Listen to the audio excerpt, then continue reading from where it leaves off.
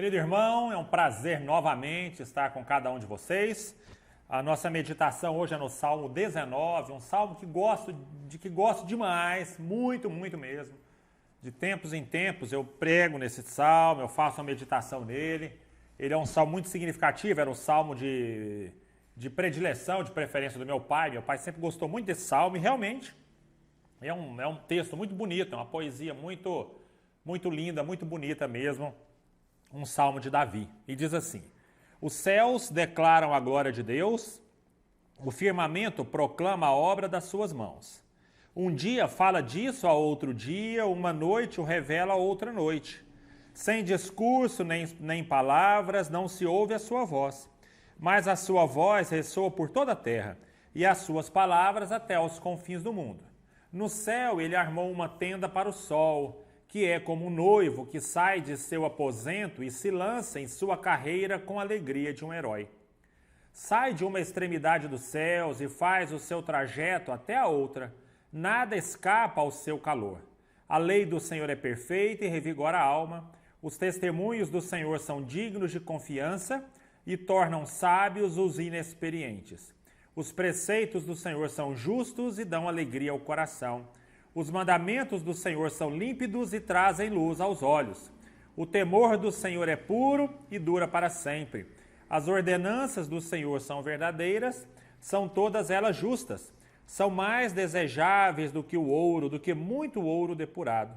São mais doces do que o mel, do que as gotas do favo.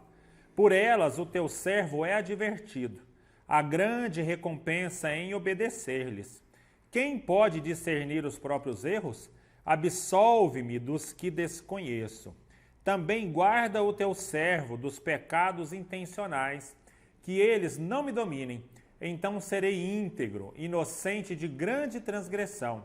Que as palavras da minha boca e a meditação do meu coração sejam agradáveis a ti, Senhor, minha rocha e meu resgatador. Até aí o texto maravilhoso, que é uma poesia maravilhosa.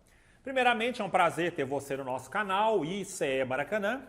Se você julga ser interessante ou edificante a nossa palavra, o sermão, o estudo, compartilhe com alguém. Deixe na descrição uma dúvida, uma participação e deixe o like. Se não é inscrito no canal, por favor, faça esse ato que é muito importante para nós.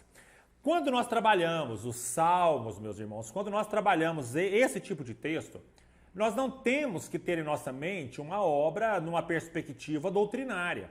Nós não temos aqui a perspectiva sequer científica. Você tem alguns aspectos aqui do Salmo que ele está trabalhando na perspectiva da poesia, da parte lírica. Essa é a questão. Então a gente precisa trabalhar com o texto com muito cuidado, com muito zelo, para que ele seja inspirativo, mas que também nós não façamos qualquer tipo de confusão na sua ou durante a sua interpretação. Bom, ditas essas palavras, vamos conversar um pouquinho sobre o nosso estudo. Eu tenho uma caixinha aqui na minha mão, uma caixa. Inclusive, ela é uma caixa aqui de um equipamento eletrônico, mas não tem nada a ver com o que está aqui dentro. O que está aqui dentro é totalmente alheio ao que é aqui a caixinha, essa caixinha. Se eu perguntar para você assim, meu querido irmão, o que tem aqui dentro? Você vai dizer, pastor, pode ser, sei lá, uma infinidade, uma centena, 1 milhão de coisas diferentes. Exatamente, mas eu posso dizer para você, olha, é de metal. O que está aqui dentro é metal. Olha, ele tem mais ou menos 4 centímetros. Olha, o objeto que está aqui dentro, esse aqui especificamente é branco. Mas tem ele preto, tem ele de cor amarelo, tem várias cores diferentes. Ele é comprido, 4 centímetros, e cilindro, é uma forma de cilindro. Ele tem uma pontinha, a pontinha da frente dele é um pouquinho mais, ela sobressai, ela é mais saliente em relação ao corpo. Eita, pastor, continua difícil. Mas eu vou revelar mais. Ele serve como energia, é comprido, cilíndrico, 4 centímetros de metal, serve para energia. Geralmente nós utilizamos em controle remoto, em brinquedos eletrônicos. Pronto, pastor, eu sei o que é. É uma Ou provavelmente você deve ter dito, é uma pilha. Isso é o que está aqui dentro de fato, é uma pilha. Agora, se eu perguntar assim para você, como é que você ficou sabendo o que existia dentro da caixinha?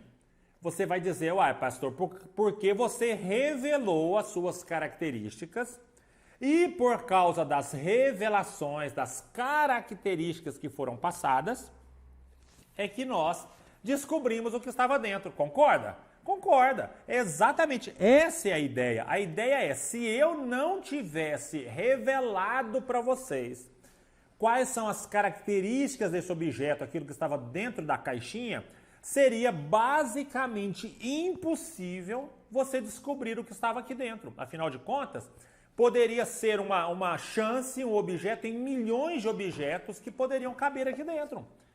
Só você apenas descobriu o que tinha dentro da caixa porque eu revelei a você as características a fim de que você conhecesse o que estava escondido aqui dentro. Exatamente assim é a perspectiva do Salmo. O Salmo está dizendo a nós que Deus se revela a nós. Essa é a ideia. Queridos irmãos, Deus não tinha menor obrigação, como Deus, de se revelar a nós. Ele poderia ser um Deus totalmente transcendente, acima de todas as coisas. Ele poderia ser apenas um Deus. Você sabe que existe uma corrente religiosa que é chamada de agnóstico, que eles dizem mais ou menos isso. Olha, Deus até existe, mas nós não sabemos nada sobre Deus. Esse Deus gnóstico, né, de conhecimento, agnóstico, ou seja, é um Deus que não se permite ser conhecido por nada, por ninguém. Assim seria esse Deus. Deus poderia ser, se ele realmente quisesse ser assim. Mas nós temos a convicção de que não é assim que ele escolheu ser. Deus escolheu se revelar. Deus escolheu se entregar em parte à nossa sabedoria, ao nosso conhecimento. Deus se permitiu ser visto, Deus se permitiu ser conhecido. E é exatamente por causa da decisão de Deus que nós o conhecemos. Pastor, nós conhecemos a Deus integralmente? É óbvio que não. Obviamente não. Deus é infinito, Deus é enorme, Deus é maior do que tudo aquilo que poderia caber no raciocínio e na mente humana. Mas aquilo que Deus julgou ser importante para nós, ele deixou ser conhecido, ele se apresenta, ele vem até mim e ele se revela a mim para que eu possa conhecê-lo. É exatamente assim que as coisas acontecem. Nesse texto que nós estamos trabalhando, Davi escreve aqui uma poesia maravilhosa. Já falei um pouco para vocês da poesia, uma poesia. Isso aqui é literatura hebraica, antiga, literatura poética, inclusive cantada, nessa literatura era feita para ser cantada. E nessa poesia especificamente, o poeta Davi, ele conclui que Deus se revela ao homem de duas formas distintas. E depois de perceber as duas formas pelas quais Deus se manifesta a nós, se revela a nós, ele vai mostrar qual é o impacto que essa revelação tem que essa revelação causa nesse homem. Então, primeiramente a gente percebe, Deus se revela de duas formas.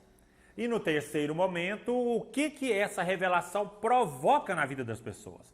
Primeiramente, Deus se revela de forma não verbal. Aliás, antes de qualquer coisa, é muito importante você saber que no estudo da linguagem humana, da comunicação humana, só existem duas formas de comunicação. Não há uma terceira via. Existem apenas duas formas de comunicação. Ou essa comunicação é verbal, ou essa comunicação é não verbal. Já adiantando um pouquinho aqui o que nós vamos estudar no decorrer do sermão, o que o salmista entende, o que o salmista descobre, é que Deus se manifesta ao homem exatamente na totalidade das duas formas possíveis de revelação. Creio, meus irmãos, que entre tantas questões é para que o homem não possa dizer, olha, eu não entendi, eu não pude entender Deus, não. Deus se manifesta, se revela ao homem das duas formas possíveis, das duas formas que se estabelecem, das duas formas onde, em cima delas, das quais são estabelecidas, ou é estabelecida a comunicação humana. que é a linguagem não verbal e a linguagem verbal. O que é a linguagem não verbal? Linguagem sem palavra. Então, se eu utilizo uma linguagem que não tem palavra, seja ela falada ou escrita, é linguagem não verbal. Os gestos são linguagens não verbais. A fisionomia, a cara feia, fechada, aberta. As cores.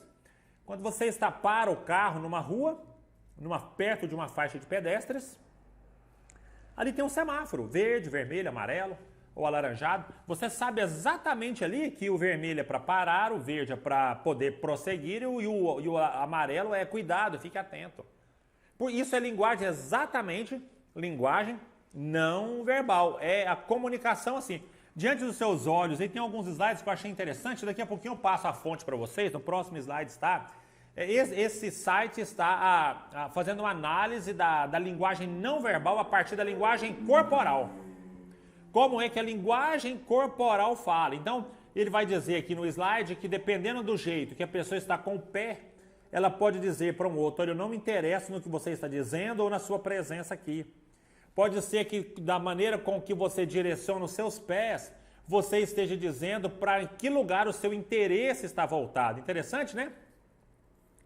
Do seu lado esquerdo, tem um rapaz aí se meio que levantando da cadeira, de acordo com o estudo do Almanac SOS. Ele está dizendo que ele não está mais interessado na conversa, enquanto o outro aí, tranquilo, com a mão na cabeça, com as pernas cruzadas, ele demonstra uma extrema autoconfiança. De acordo com o estudo aqui do site, as mulheres não gostam de homens que se sentam dessa maneira no trabalho. Ele não explica por quê, mas ele disse, de certo, chegou a alguma conclusão, alguma pesquisa, que as mulheres não gostam desses homens que se sentam assim. Bom, não sei. Linguagem não verbal. Então, a linguagem corporal dele está mostrando uma mensagem específica. O Salmo diz que Deus se revela a nós por meio de uma linguagem não verbal, primeiramente. O que seria essa linguagem não verbal? Ele vai dizer que o céu, que o sol, que as estrelas, que os planetas, que o mundo que nós olhamos. Meus queridos irmãos, pastor, a ciência diz isso, pastor, aqueles que estudam as estrelas, os astrônomos, né? Isso, os astrônomos, eu ia falar astrólogo é de outras coisas, né? Adivinhação, etc. Os astrônomos, quando eles trabalham, não é isso que o salmista está falando. Nós não estamos aqui comparando assim, não. Aqui você tem um salmista descrevendo uma cena a partir da poesia, do sentimento, daquela intimidade dele com Deus. Ele vai dizendo, olha, os céus proclamam a glória de Deus, as estrelas, o sol, os planetas, as estrelas. Eu imagino ele olhando, ainda mais lá no passado, com poucos recursos para observação da natureza. Ele olhando para o céu e provavelmente vendo parte das estrelas que são visíveis, parte delas, parte das luzes dessas estrelas, e pode ser que algumas delas nem existam mais. Você está falando aqui só na Via Láctea entre 200 e 400 bilhões de estrelas, 200 a 400 bilhões desses seres luminosos do céu.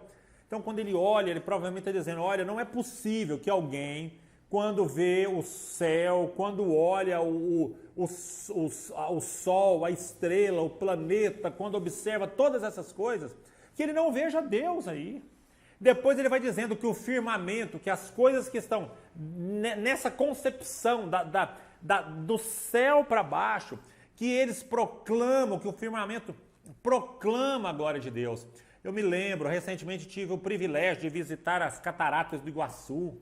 Que coisa maravilhosa, que coisa linda, a vazão. Sem sombra de dúvidas, é um dos lugares mais lindos do planeta Terra. Isso, quem já viajou e conhece vários desses lugares, elege as cataratas do Iguaçu como um dos lugares mais lindos do planeta Terra.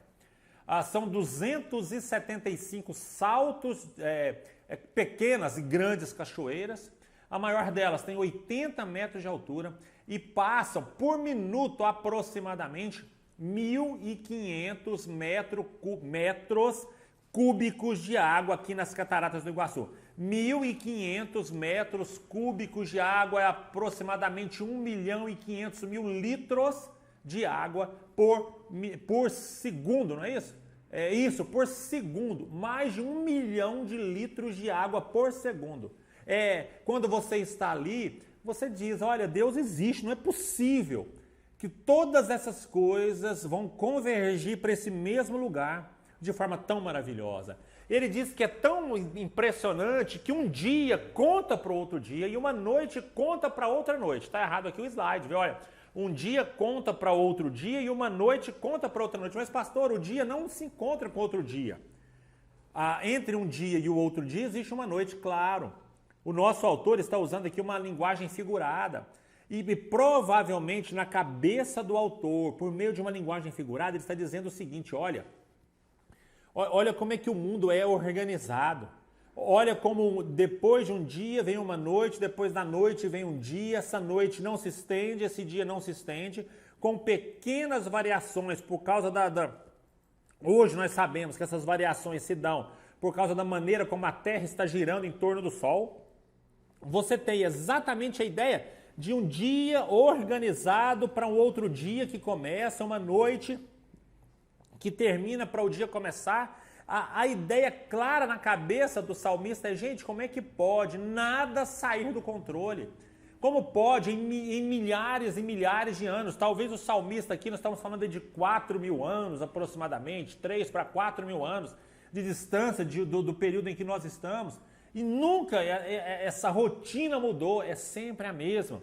E olha, quando ainda você pode ter alguma dúvida, mesmo que não haja discurso, e ele vai dizer, olha, sem discurso, sem palavras, sem voz, ou seja, não verbal, a voz chega a todos, indiscriminadamente recebem a mesma mensagem dia após dia. A linguagem não verbal, Deus se manifestando e dizendo, eu sou Deus, eu estou aqui, que maravilha. E aí ele fecha essa figura de uma forma muito brilhante na sua poesia, trabalhando com o sol. Ele vai dizendo, olha o sol de fato, ao final de tudo, é aquele que representa todas essas figuras. Afinal de contas, ele vai dizendo que o sol, o calor do sol, atinge todas as pessoas, todos os seres. O sol está para todas as pessoas, inclusive a própria verdade diz que o sol é para justos e para injustos. O sol é para todos. E o sol, interessante, ele faz uma imagem tão interessante do sol, comparando o sol que sai de um lugar e até no outro. Aí você fala, pastor, a ciência já descobriu que não é assim, que não é o sol que sai de um lugar para o outro. Meu querido irmão, nós estamos conversando sobre poesia, sobre a perspectiva poética de um autor. A poesia é na perspectiva do autor. É o autor analisando a vida, ele vai dizendo que o sol é como um noivo. O noivo que vai percorrer todo o seu caminho até o final do dia. De onde ele tira essa figura? A figura é tirada do casamento judaico. O casamento judaico, ele trabalha com a ideia não da mulher que vai até o homem, que hoje é assim, né? O homem vai lá para o altar, fica esperando, e a moça linda vem andando até se aproximar do noivo. Não. Na cultura judaica, o noivo com seus amigos vão até a casa da noiva buscá-la.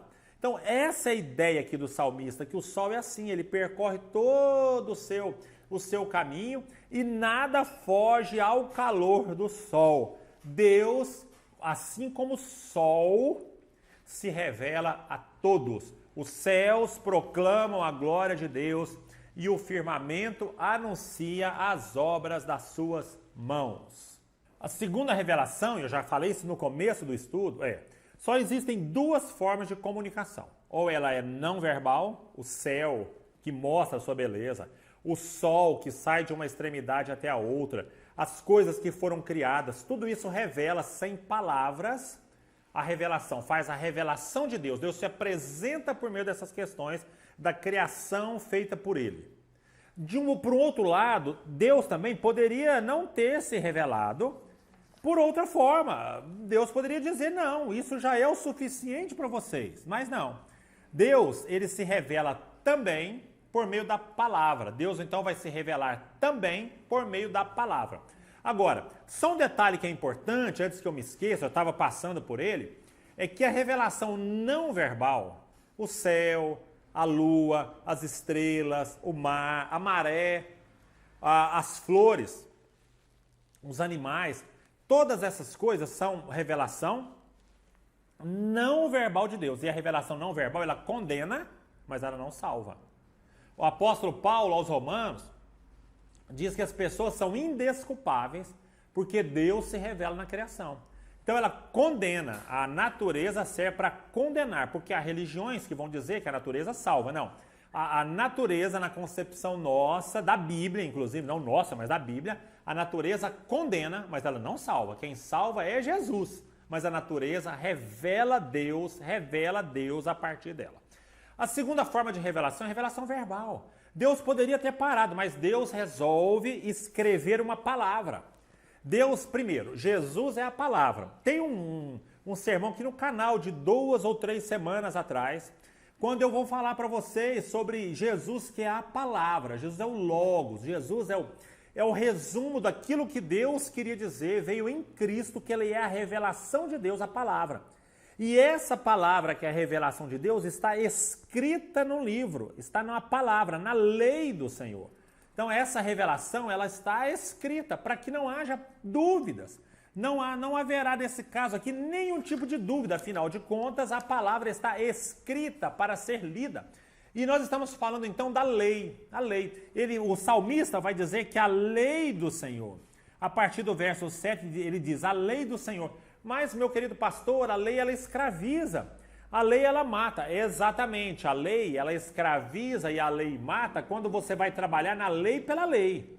Quando você vai trabalhar na lei pela palavra. Você vai trabalhar na lei como normas, como regras. Isso, a própria Bíblia me ensina que a lei, ela serviu apenas para apontar o pecado do homem, mas jamais para salvar. Mas quando o salmista ele escreve, depois de uma revelação progressiva, nós entendemos claramente que quando o salmista fala de lei, ele está falando de vontade de Deus. Ele está falando da vontade de Deus revelada nas palavras da Bíblia.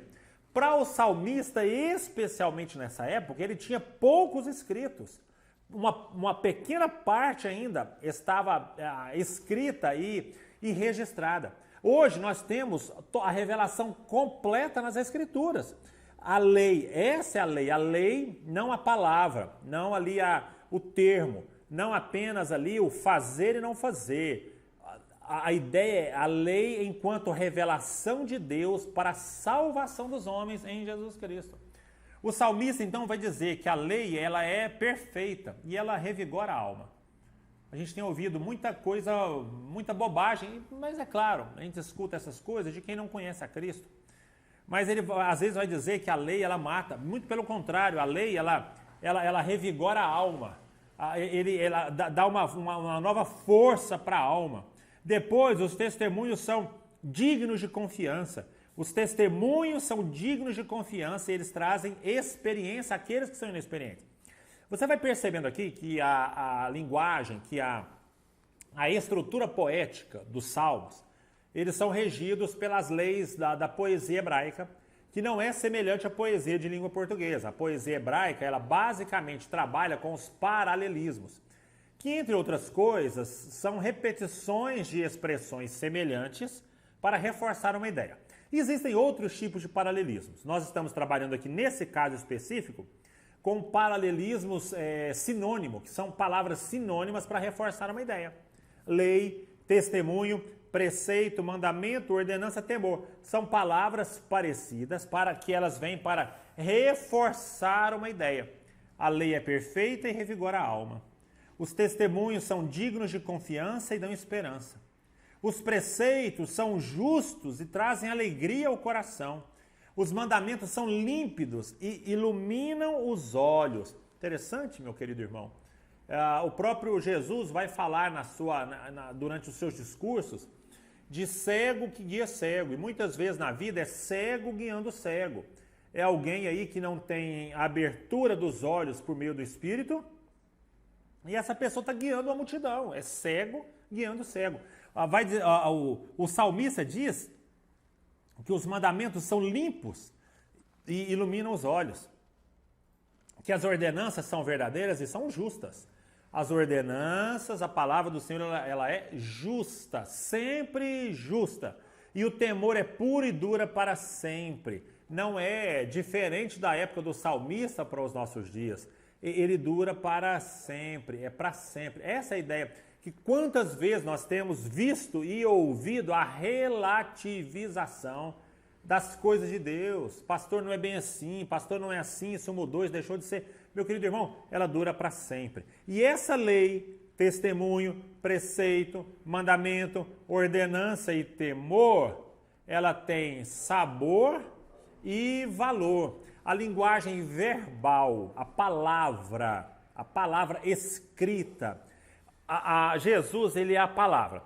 Toda a revelação de Deus aponta para Cristo, que é de fato o Logos, o grande sentido, o grande significado. Então, todas as letras da Bíblia apontam para Jesus, para a palavra, para a grande mensagem de Deus para o mundo. E essa palavra de Deus escrita, que aponta para Cristo, essa palavra, ela tem sabor e tem valor. Ela tem sabor, o salmista diz que ela é mais gostosa e mais doce do que o mel. E essa palavra, essa lei, ela é mais desejável do que o ouro. Então ela tem valor, mais caro e mais valorosa do que o ouro. E ela tem sabor, que ela é mais doce do que o mel. Quem se aproxima da revelação verbal, da palavra escrita de Deus para nós, tem mais valor do que o ouro e é mais doce do que o mel. A lei é desejável e ela é deliciosa. Essa é a lei, essa é a revelação verbal. Eu tenho a revelação não verbal, a natureza, o céu, o firmamento, as cataratas do Iguaçu, o nascer do sol, o pôr do sol, a forma como os animais se mantêm, como há uma rede totalmente interligada na natureza. Tudo isso revela Deus. Tudo isso revela Deus. E também a revelação verbal, que é a parte escrita, aquilo que Deus deixa escrito para nós. Agora, quem entende essas coisas, quem consegue fazer essas leituras, qual é o impacto na vida dessa pessoa? Que impacto ela tem? O que isso acontece na vida da pessoa? E o salmista, então, na terceira sessão, ele faz essa conclusão de forma muito simples e muito objetiva e muito clara. A lei, ela confronta o estilo de vida.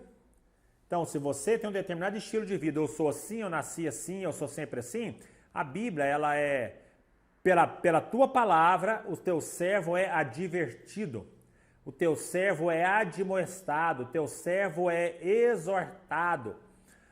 Calvino, no seu comentário do livro de Salmos, ele diz que pode ser também a ideia de que a lei coloca a pessoa em alerta, atento, em guarda. A ideia. Então, quem entende a revelação não verbal e a revelação verbal é advertido pela palavra. Recompensa aquele que obedece. A lei, aquele que é obediente, percebe que ele é recompensado pela própria vida. Pela própria vida.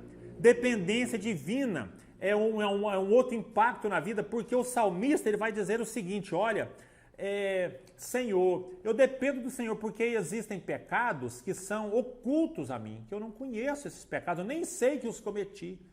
Dependência da graça de Deus, em não achar que você e eu, que nós iremos por nós mesmos achar a salvação, a remissão dos nossos pecados. Não, eu dependo. Quando eu conheço a graça, que é a revelação de Deus, tanto não verbal quanto verbal, eu compreendo que eu dependo da graça de Jesus, dependo dele, mas ao mesmo tempo eu dependo dele para a salvação daquilo que eu nem sei que fiz de errado, mas também para me exortar naquilo que eu faço de errado.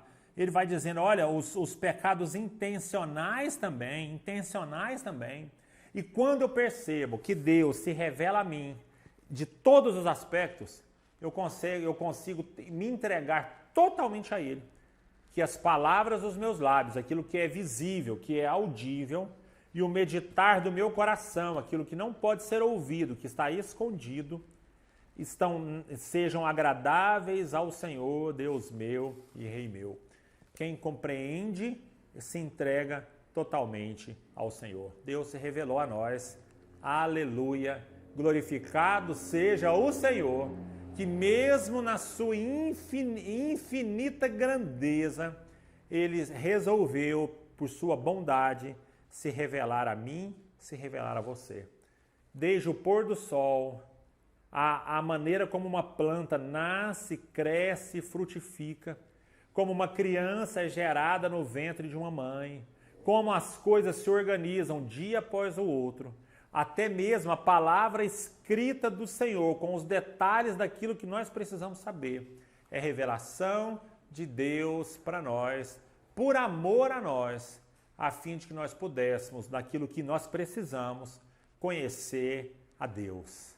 Glórias ao Senhor, Ele se revelou e nós devemos, dentro disso, buscar incessantemente conhecer melhor ao Senhor. Deus nos abençoe, meus irmãos. Pai de amor, Deus querido, nós agradecemos por esse momento. Rogamos ao Senhor, meu Deus, pela vida de cada um de nós, pela palavra pregada e ensinada, que ela encontre repouso, refúgio no coração e na mente de cada irmão. Oro pela nossa igreja, tanto aqueles que estão cultuando a Deus fisicamente, presencialmente, quanto aqueles que cultuam o Senhor das suas casas. Que o Senhor Deus abençoe cada um e proteja cada um. Oro pelos enfermos, oro por aqueles que têm familiares doentes, oro por aqueles que estão enlutados, oro por aqueles que têm alguma dificuldade dentro de casa, na família, oro pelo emprego, oro pela renda, pelo sustento, oro pelos projetos, pelos sonhos, pelos desejos, e que cada um que está orando comigo nesse momento, o pedido que esse irmão está colocando ao Senhor, esse pedido possa chegar ao trono de graça do bondoso Deus. É isso que nós oramos nesse momento, no nome de Jesus Cristo, e que o amor de Deus, a graça do nosso Senhor e Salvador Jesus Cristo, o consolo, a comunhão do Espírito Santo, possam estar com cada um de nós aqui nesse momento, com todos os nossos irmãos em todos os lugares da terra, que seja hoje, amanhã e até a volta bendita e gloriosa do Senhor Jesus. Amém.